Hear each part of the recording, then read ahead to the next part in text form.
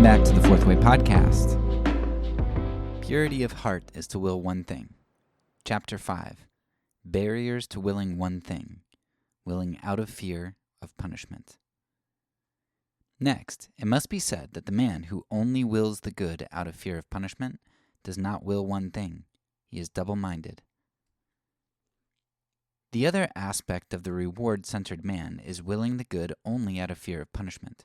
For in essence, this is the same as to will the good for the sake of the reward, to the extent that avoiding an evil is an advantage of the same sort as that of attaining a benefit. The good is one thing. Punishment is something else. Therefore, the double-minded person does not desire one thing when he desires the good under the condition that he shall avoid punishment. The condition lays its finger upon just the double-mindedness. If that condition were not there, he would not fear the punishment, for punishment is indeed not what a man should fear. He should fear to do wrong. But if he has done wrong, then he must, if he really wills one thing and sincerely wills the good, desire to be punished, that the punishment may heal him just as medicine heals the sick. If one who is sick fears the bitterness of the medicine, or fears to let himself be cut and cauterized by the physician, then what he really fears is to get well, even though in delirium he swears most positively that this is not the case, and that on the contrary he all too eagerly longs for his health.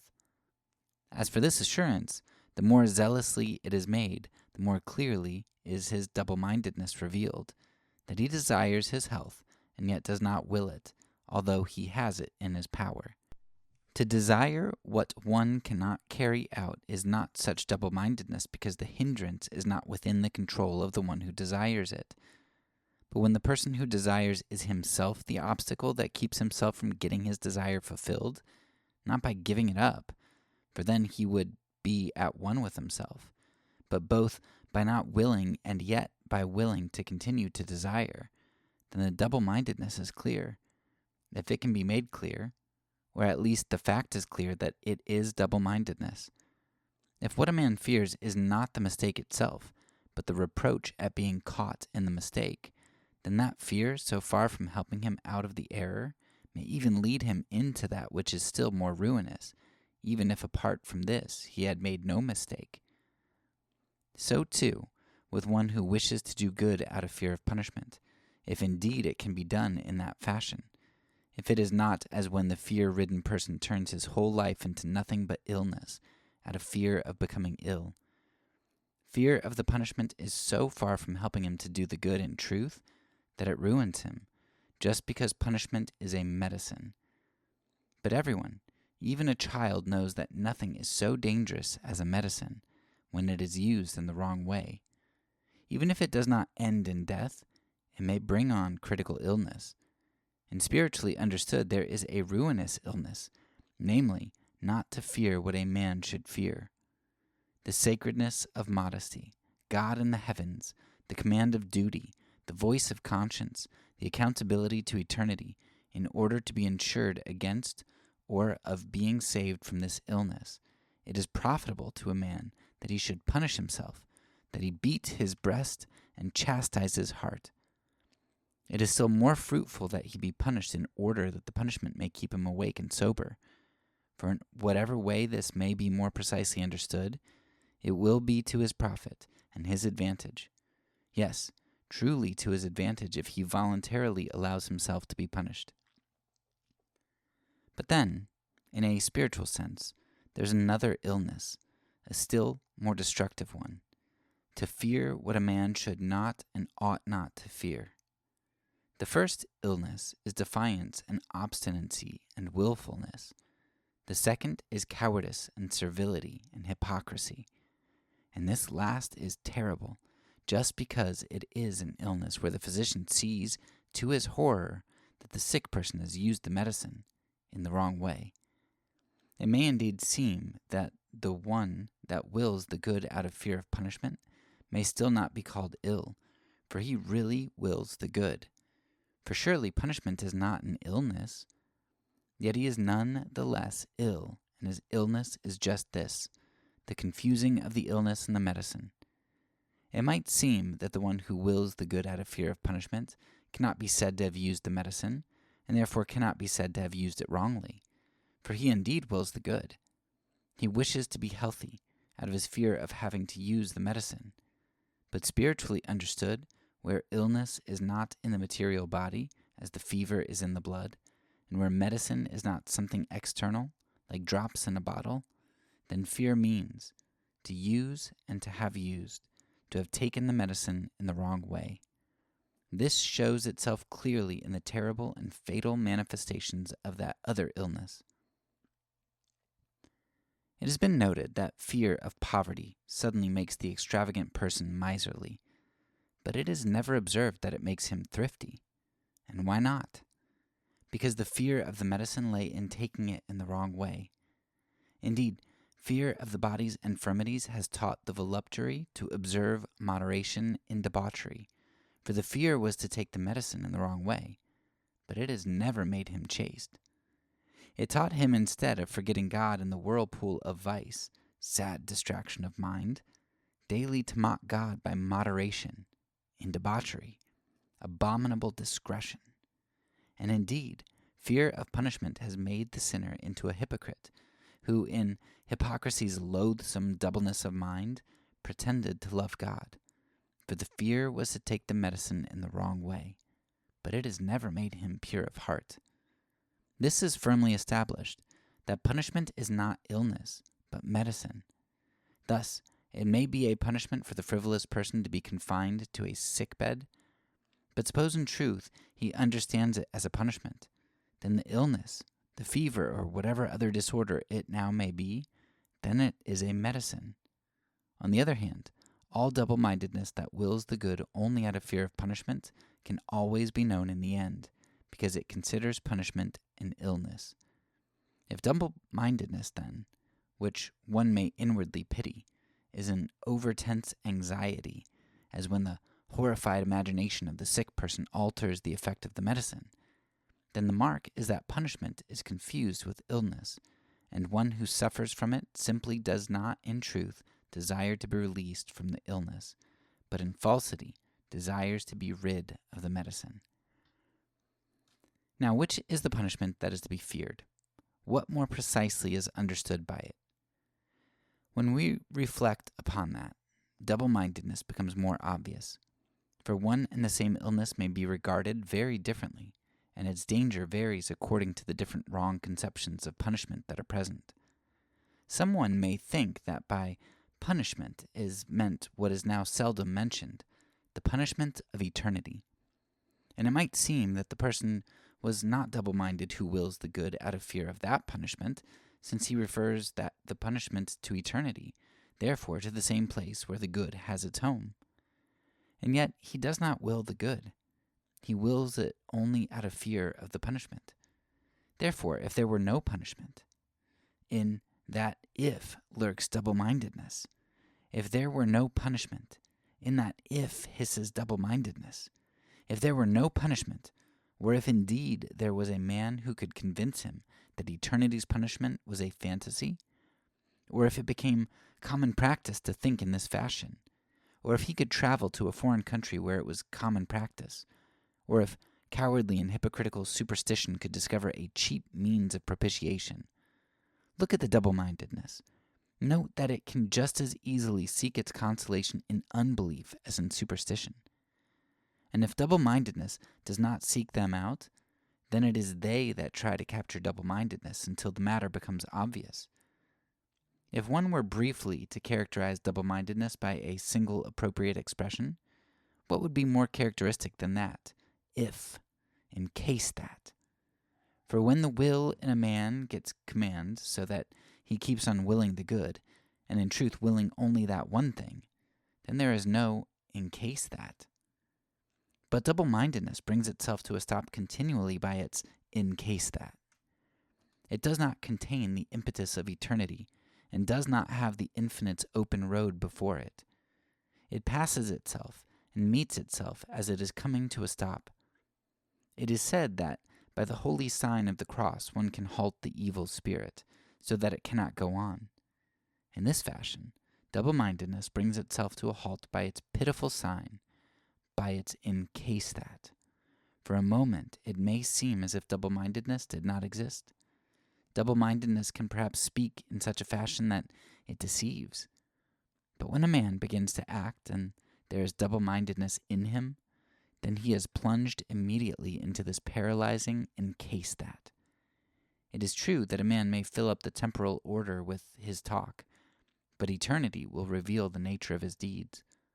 Only for him who wills the good in truth, only for him can what is taught about the punishment of eternity be eternally true. The one that merely fears the punishment, for him it cannot remain eternally true, for there is nothing eternal in him, since the eternal can only be in him if he wills the good in truth. There is only one proof that the eternal exists: faith in it. Fear is a tottering proof that proves that the fearful one does not believe, or does so as when the devil believes, but trembles because he does not believe. Only one thing can help a man to will the good in truth: the good itself. Fear is a deceitful aid. It can embitter one's pleasure, make life laborious and miserable, make one old and decrepit. But it cannot help one to the good, since fear itself has a false conception of the good, and the good does not allow itself to be deceived. Or does not this also belong to the true nature of the good, this zeal for itself, that will not tolerate anyone else, any strange helper, any interference by some contentious one who might only create confusion? For when the good took up its place at the goal, where the reward beckons, or where the good itself beckons to a man, the good, against its will, would then be forced to see and to put up with the fact that there were two paths, and two men bent on them. The one because he willed the good in truth, and humbly but gladly followed its beckoning; the other because fear drove him thence. Spiritually understood, is it conceivable that two such different men could possibly be able to come to the same place? For in a spiritual sense, place is not something external, to which a slave might come against his will when the overseer uses his scourge.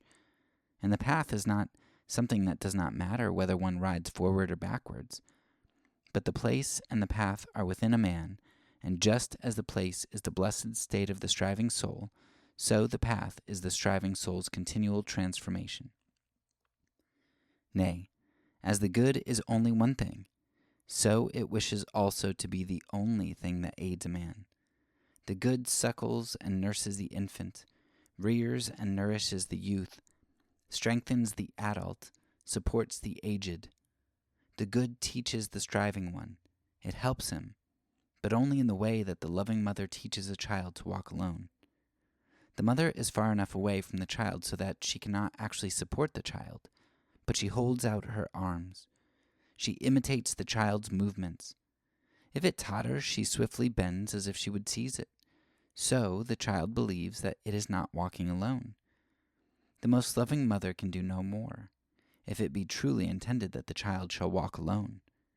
And yet she does more, for her face, yes, it is beckoning like the reward of the good, and like the encouragement of eternal blessedness. So the child walks alone with eyes fixed upon the mother's face, not on the difficulties of the way, supporting himself by the arms that do not hold on to him, striving after refuge in the mother's embrace, hardly suspecting that in the same moment he is proving that he can do without her, for now the child is walking alone. Fear, on the other hand, is a dry nurse for the child. It has no milk, a bloodless corrector for the youth. It has no beckoning encouragement, a niggardly disease for the adult. It has no blessing, a horror for the aged, when fear has to admit that the long, painful time of schooling did not bring eternal blessedness. Fear also wishes to help a man.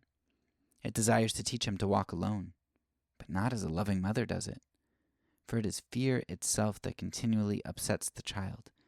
It desires to help him forward, but not as a loving mother's beckoning, for it is fear itself that weighs him down so that he cannot move from the spot. It desires to lead him to the goal, and yet it is the fear itself that makes the goal terrifying. It desires to help him to the good, and Yet that kind of learner never wins the favor of the good, nor does he ever become God's friend. For as the Scriptures teach, not only thieves and robbers, but also the fearful may not enter the kingdom of heaven.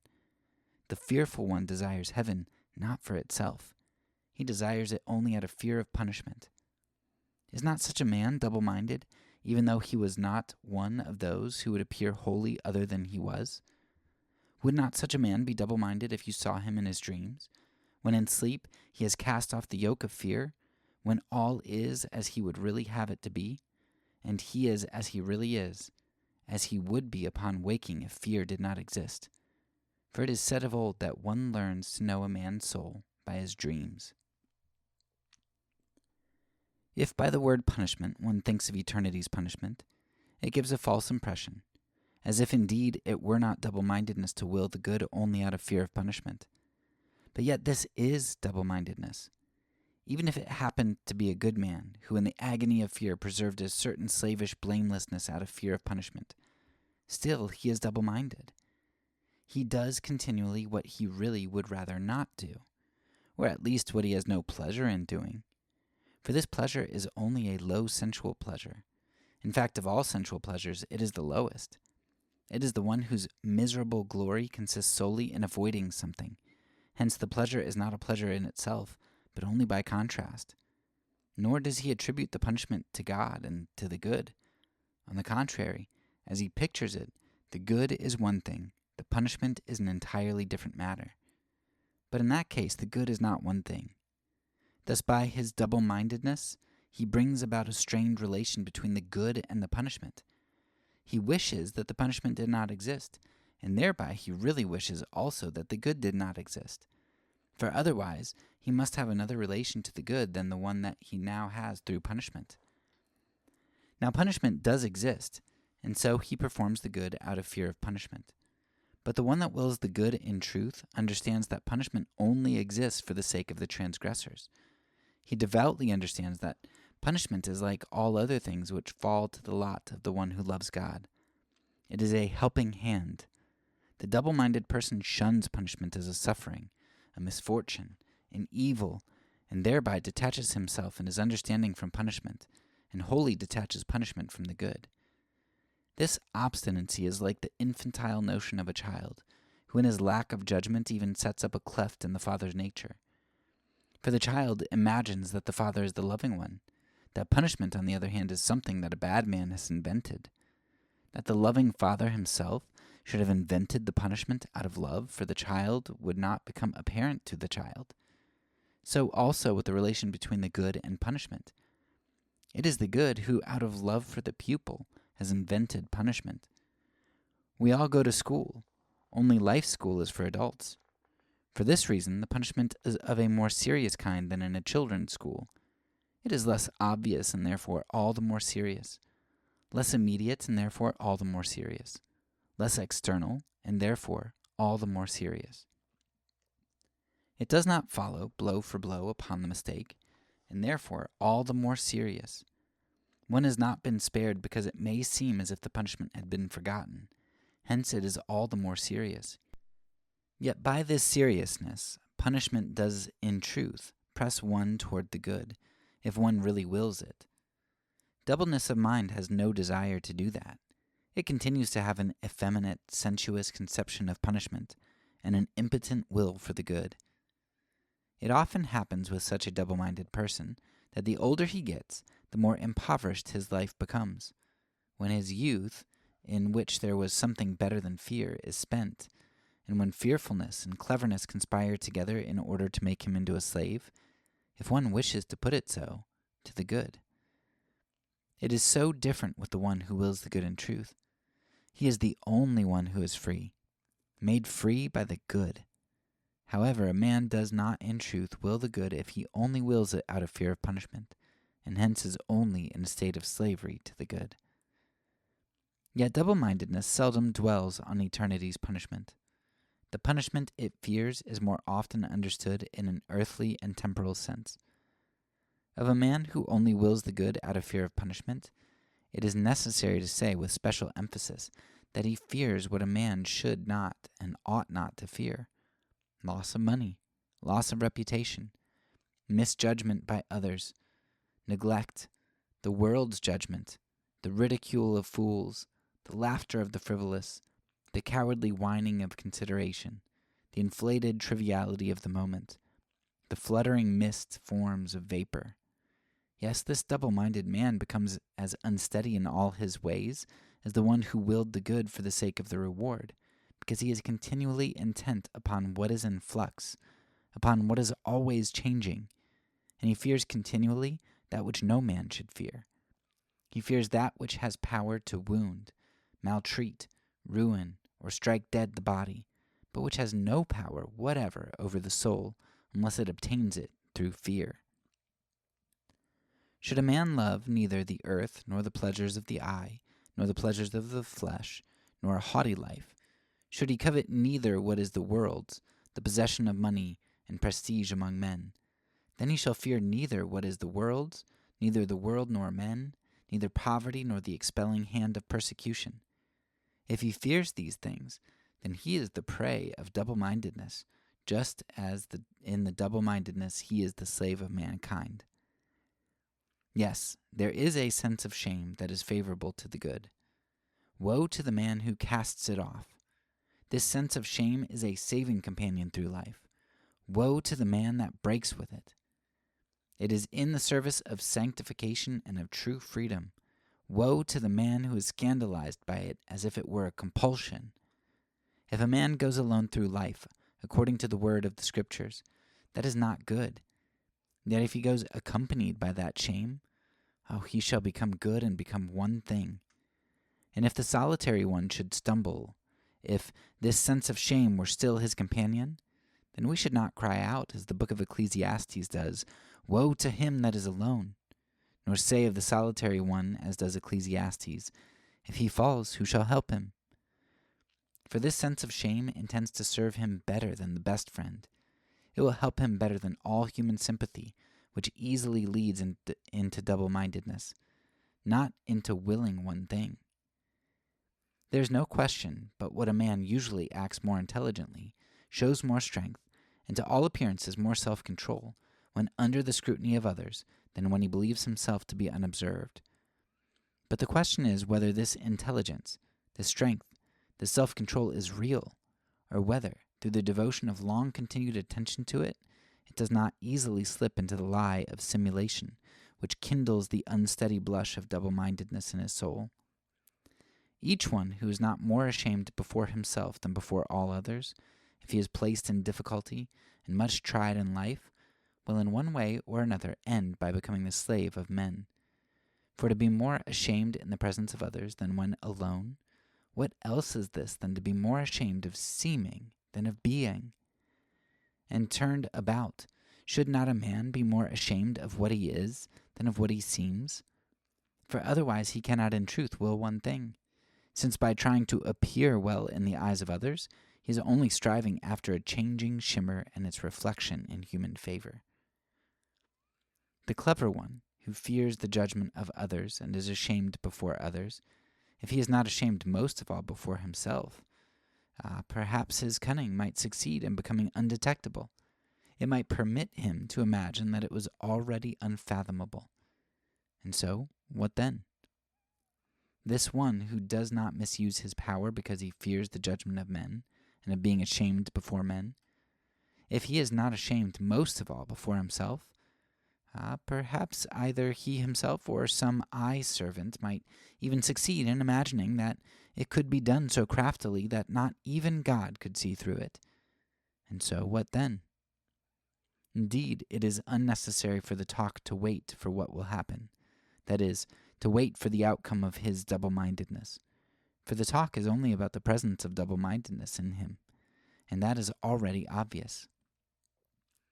Whether it becomes obvious to men or not, double-mindedness is none the less present, and the double-minded person is to be pitied. For let us not forget that truth is right in saying of each one who is in untruth, that he is indeed to be pitied, even when he himself and all men think him fortunate. Because in the sense of truth, it does not help a man that he does not know what he is to be pitied, for this is only a further misfortune. But the one that is most ashamed of himself, when he is alone, is thereby strengthened in willing one thing. However crafty this cunning may have been, the inventor himself can still see through it. Let it, then, be hidden from all men, no matter how its hiddenness might be able to support him. Yet he could not hide it from the inner companion, before whom he is most of all ashamed. We do not mean to imply here that a man has ever lived, even in the most corrupt age, for whom no person existed whose judgment he might and could well fear with a wholesome shame, a person whose judgment could be a guide to him in order to will the good in truth. But if this shame before the honored person is in truth to become a source of benefit to the humble man, then there is an indispensable condition, that the person must be ashamed most of all before himself. Therefore, one could rightly say that in truth it is most beneficial of all to a man to feel shame before one who is already dead. And if he feels this humiliation before a living person, then to feel it before him as if he were already dead. Or, if it seems more to your liking, my listener, I will use another expression that means the same thing, although it contains the explanation in an aesthetic form. To feel ashamed before him as before a transfigured one. One already dead is just such a transfigured one. One who is living can indeed be mistaken, can be changed, can be stampeded in a moment and by the moment. If in truth he is a genuinely honorable person, he himself will by way of warning remind you of this in order that by your relationship with him you may not be led into that double-mindedness which lies in being the follower of another. The living person may perhaps favor you too much, perhaps too little. If you see him each day, your shame will perhaps lose something of its intensity, or perhaps bring on itself an acute disease so that you could wish to possess a magic means of deceiving the revered one, so that you wished to be able to ingratiate yourself with him, or by any means to raise yourself up in his good graces, because his judgment has become for you the most important thing of all. How much danger and temptation to double-mindedness! It does not disappear until you conduct yourself with him as with one who is dead. Withdraw from him, but never forget him. That only leaves when you are separated from him as though by death, when in earthly or temporal fashion you do not come too near him, but only forever remember what he himself would have termed the best thing in his nature. A man cannot get round a transfigured one. Favor and persuasion and over-hastiness belong to the moments of earthly life. The departed one does not notice these appearances. The transfigured one cannot understand them. He does not wish to understand them. If you will not give them up, then you must give him up. Then you must, if you dare, offend the transfigured one, break with him, yes, annihilate him. For when he is not the transfigured one, then he simply does not exist.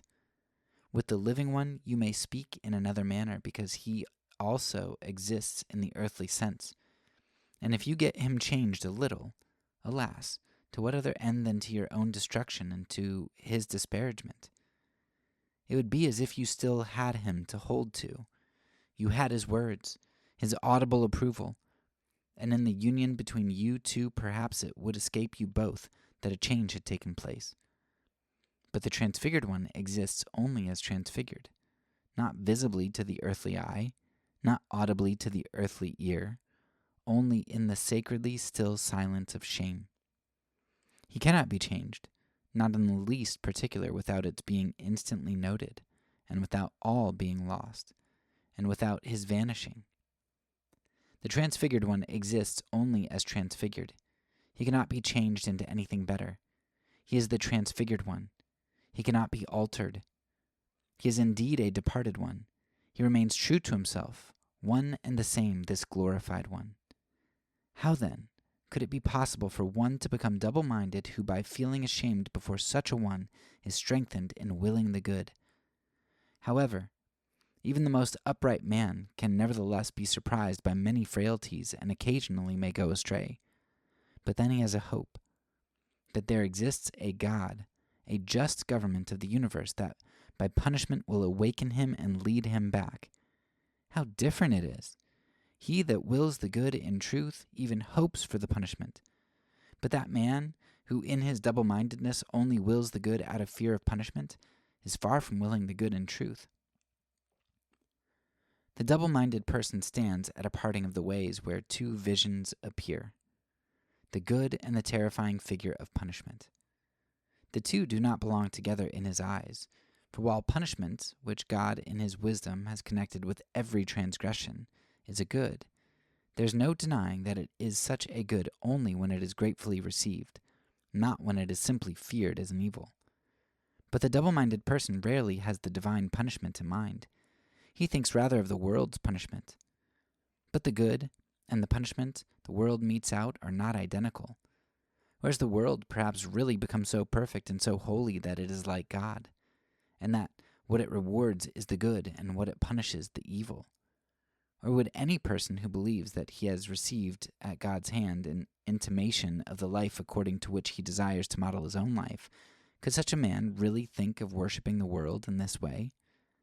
To be sure, one may hear, especially in the places where men festively gather in order to deceive one another by many speeches, one may hear magnificent words about how the world progresses, and about our age and about our century. But, my listener, would you dare, as a father, and I feel confident that you have a lofty conception of the meaning of this name, a responsible conception of the charge which it lays upon you, would you dare, as a father, to say to your child as you sent him out into the world, "Go with your mind at ease, my child. Pay attention to what the many approve and what the world rewards, for that is the good. But what the world punishes, that is evil. It is no longer true as it used to be that the judgment of the masses is like the foam on water. Nonsense, though loudly proclaimed. Blind, though sharply decisive. Impossible to follow because it changes more swiftly than a woman changes color. Now there is no longer any doubt about the outcome. The good is immediately victorious. Now the good exacts no sacrifice, no self-denial, for the world desires the good. Now the judgment of the masses is the judgment of the wise men. The solitary ones are the fools. Now the earth is the kingdom of God, and heaven is only a reflection of it. Now the world is the highest certainty, the only one a man can build upon, the only one a man can swear by. Surely, my listener, the speech need not ask you, for it rests assured in advance what your answer would be. But I would like to ask of the most ardent attender of those festivities, would you dare, if you should speak as a father to your own child, would you dare say any such thing? Or if it were the youth that, with all the earnest devotion of his soul, fixed his trusting gaze on you, assured that if you said it, it must be so, and in gratitude bound by a solemn vow to follow the guidance of your counsel through life, would you dare give him any such counsel? Or if you were witness to that lovable young man's beautiful enthusiasm when he read and heard of the great men who fought with a heavy destiny and suffered badly in the world, the glorious ones, whom earth renounced because it was not worthy of them, would you dare, when no clamor caused your speech to wander, but when the stillness of intimacy of the lovable one's confidence, the inexperience of the young man, all obliged you to tell the truth, at such a time would you dare lay your hand on your heart and say, "Such things no longer happen. Now the world has become enlightened and perfect. Now, to seek first after this world and its customs is identical with what was meant in former times by seeking first God's kingdom and his righteousness." Alas, gradually, as a man gets older, he grows accustomed to a great deal in life. Among other things, he gets in the habit of saying much that he has not properly reflected upon. Among contemporaries, he gets into the way of hedging round what he says by so many presuppositions that which is plain and elevating is almost forgotten. Now and then a word is let drop that expresses a plain and solid exasperation of long standing. You know well enough what kind of world we live in.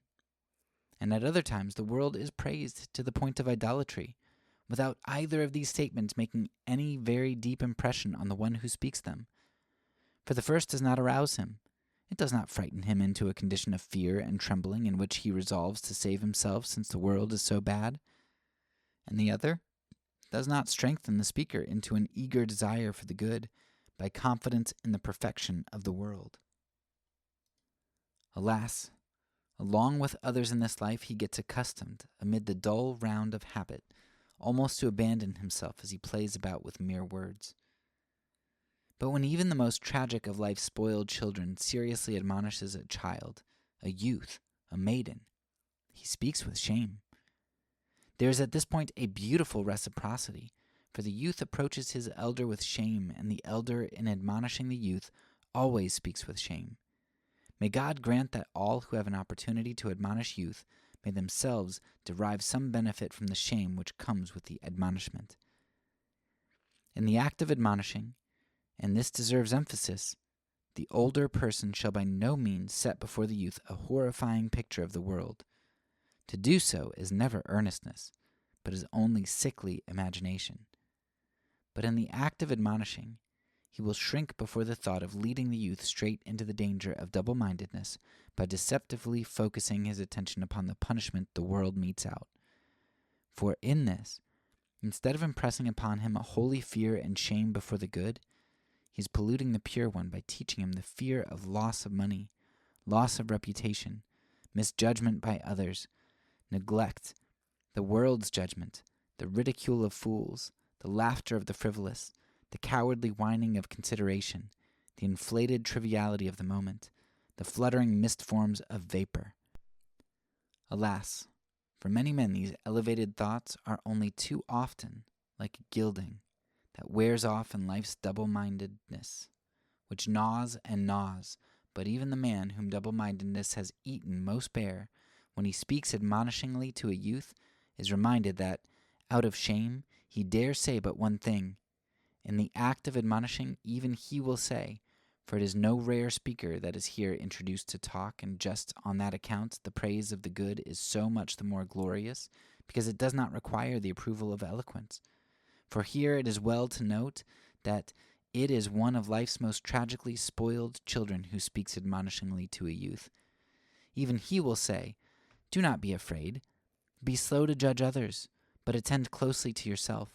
Hold firmly to willing one thing, to willing the good in truth, and thus from now on, let this lead you wherever for now it will lead you, because eternally it will lead you to victory.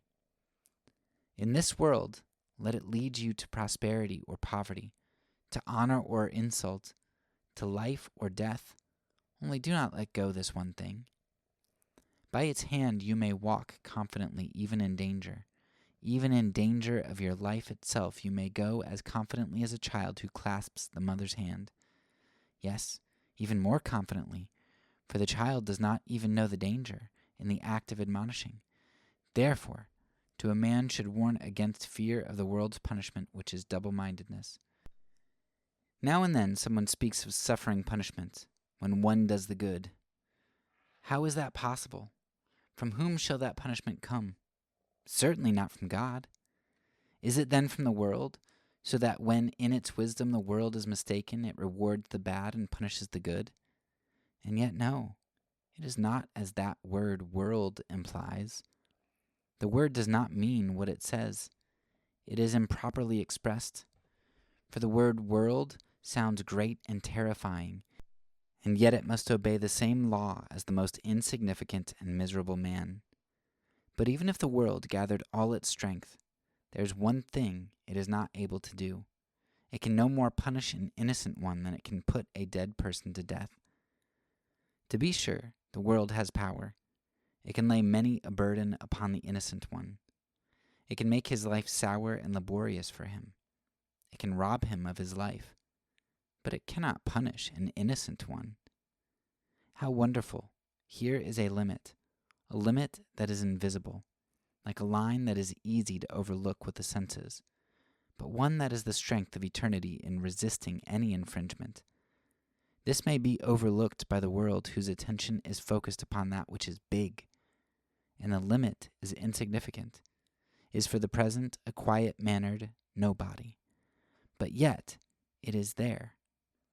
Perhaps it is completely hidden from the eyes of the world, for that too can be a part of the innocent one's suffering, that the world's injustice takes on the appearance of punishment, in the world's eyes. But the limit is nevertheless there, and is in spite of all the strongest.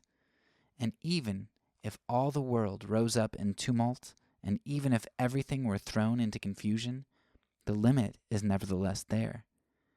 And on the one side of it, with the innocent ones, is justice. And on the other side, toward the world, is an eternal impossibility of punishing an innocent one. Even if the world wishes to annihilate an innocent man and put him out of the way, it cannot put the limit out of the way, even though it be invisible. Perhaps it is just on this account. Even in the moment of his sacrificial death, the limit is there. Then it stretches itself with the strength of eternity. Then it cleaves itself with eternity's all-encompassing depth. The limit is there, and on the one side, with the innocent one, is justice. And on the other side, toward the world, is an eternal impossibility of punishing the innocent one. When the good man truly stands on the other side of the boundary line, inside the fortification of eternity, he is strong, stronger than the whole world. He is strongest of all at the time when he seems to be overcome. But the impotent, double-minded one has removed the boundary limit, because he only wills the good out of fear of earth's punishment. If the world is not really the land of perfection, then by his double-mindedness he has surrendered himself to the power of mediocrity, or pledged himself to the evil. So this is another great chapter. It plays off of the last chapter very well, and it kind of continues this idea of what I would consider consequentialism. It speaks very much to that idea. In the last chapter, if you'll remember, right, it was this disease, this reward disease, where trying to do the good in order to get the reward means that you're double-minded, because you're not pursuing the good purely.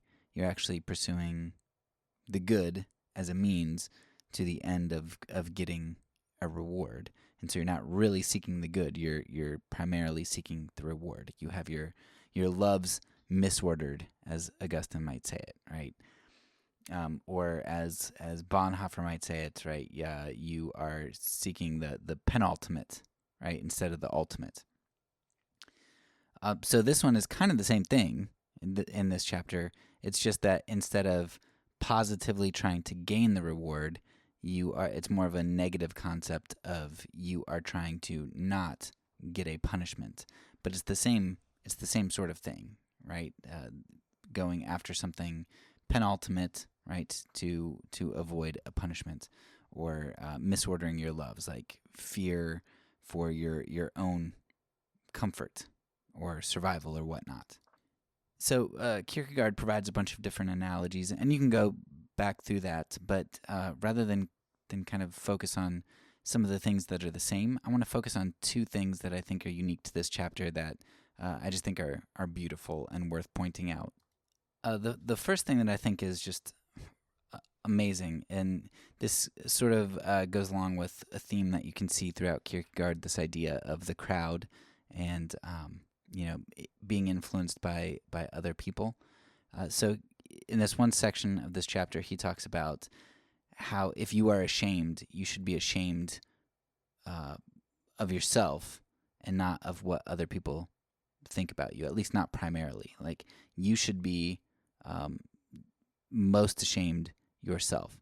And here's a quote from Kierkegaard, quote, "For to be more ashamed in the presence of others than when alone, what else is this than to be more ashamed of seeming than of being?" End quote. And I just thought that was really kind of a beautiful way to put it, right?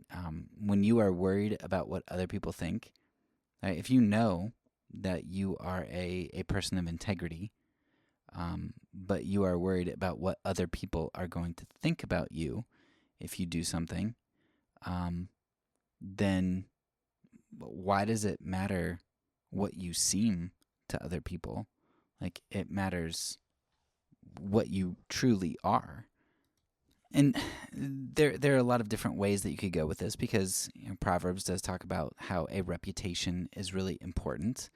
And we could kind of try to hash out what that means. And we could also point to Jesus, who partied and ate with prostitutes and sinners and tax collectors and stuff.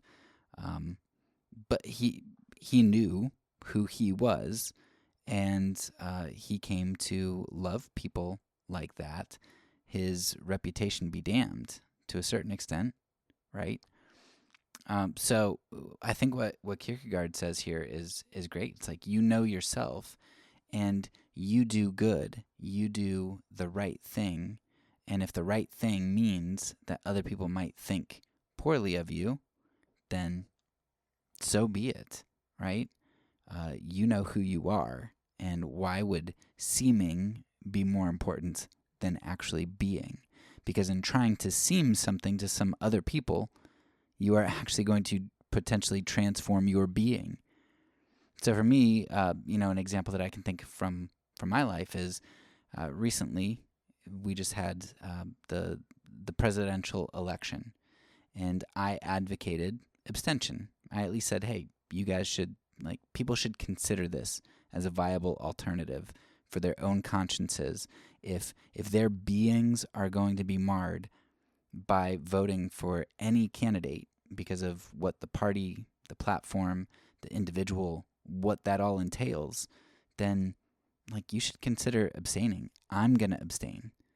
And I, for the most part, people were okay about it, but I had several private messages, and I had some people talk to me about how it was immoral and how it just wasn't good. And there were a lot of people, even if they recognized my freedom to abstain, who I know, based on their comments, there were a couple that were very clearly, they said, you have the freedom to do it and your conscience, but as Christians, we can't do nothing. We have to do something.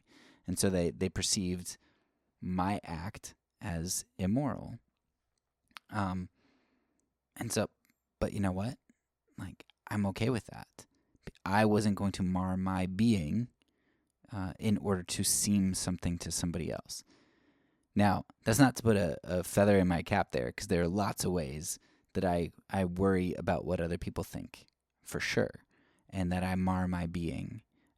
This was just one positive example that I could think of that fits with what Kierkegaard is, I think, saying. And I think it's a beautiful way to put it. Think about your seeming versus your being. And of course, your being is the most important. And sort of going along with this is the other other interesting part of what Kierkegaard says, and that's in the last minute or two, the last couple pages, where Kierkegaard talks about how the world can never punish somebody for doing the good.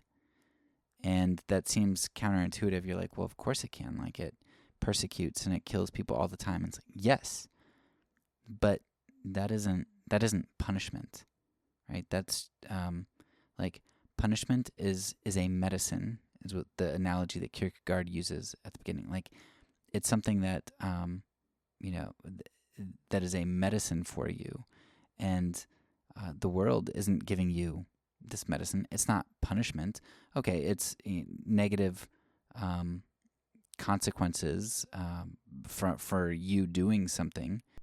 It's action reaction, but the world just can't take away. It can't harm you in your integrity.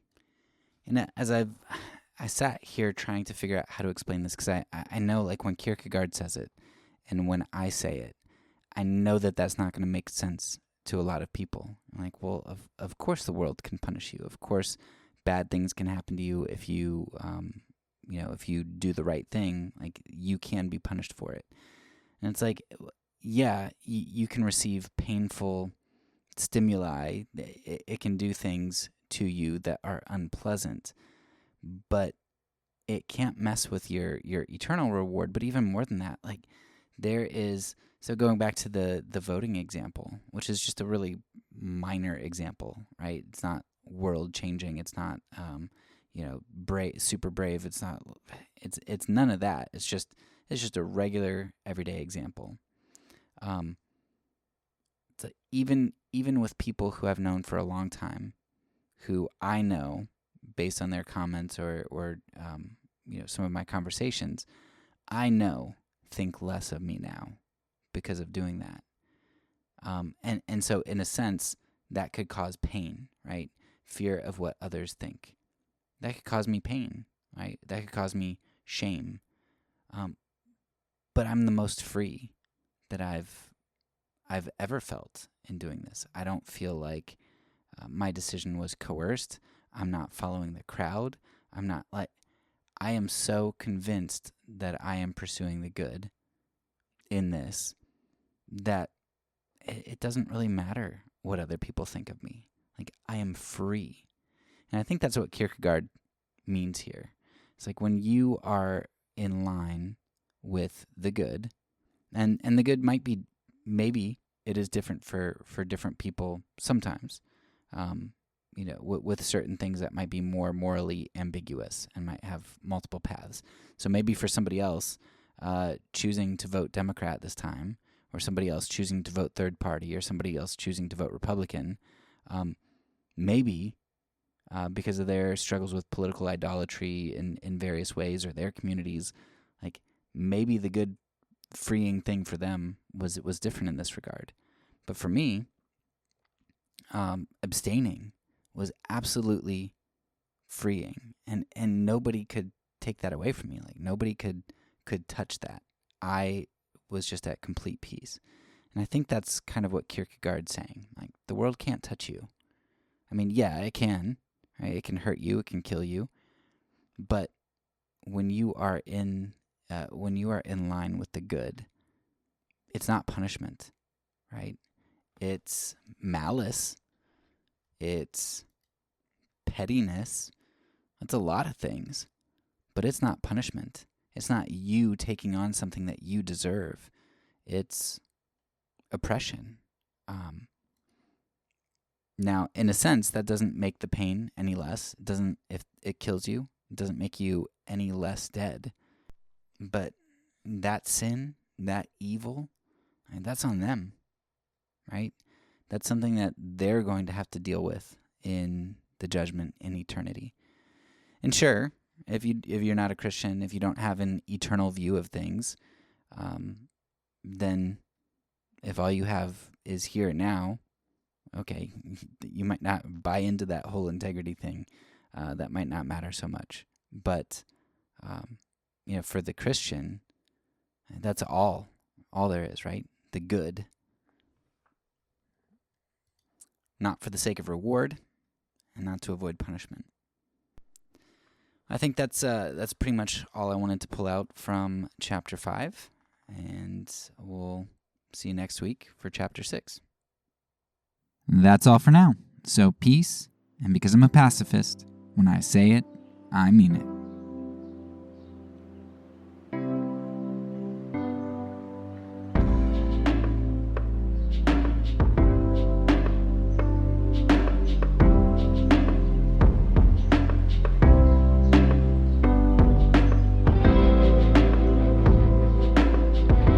This podcast is a part of the Kingdom Outpost Network.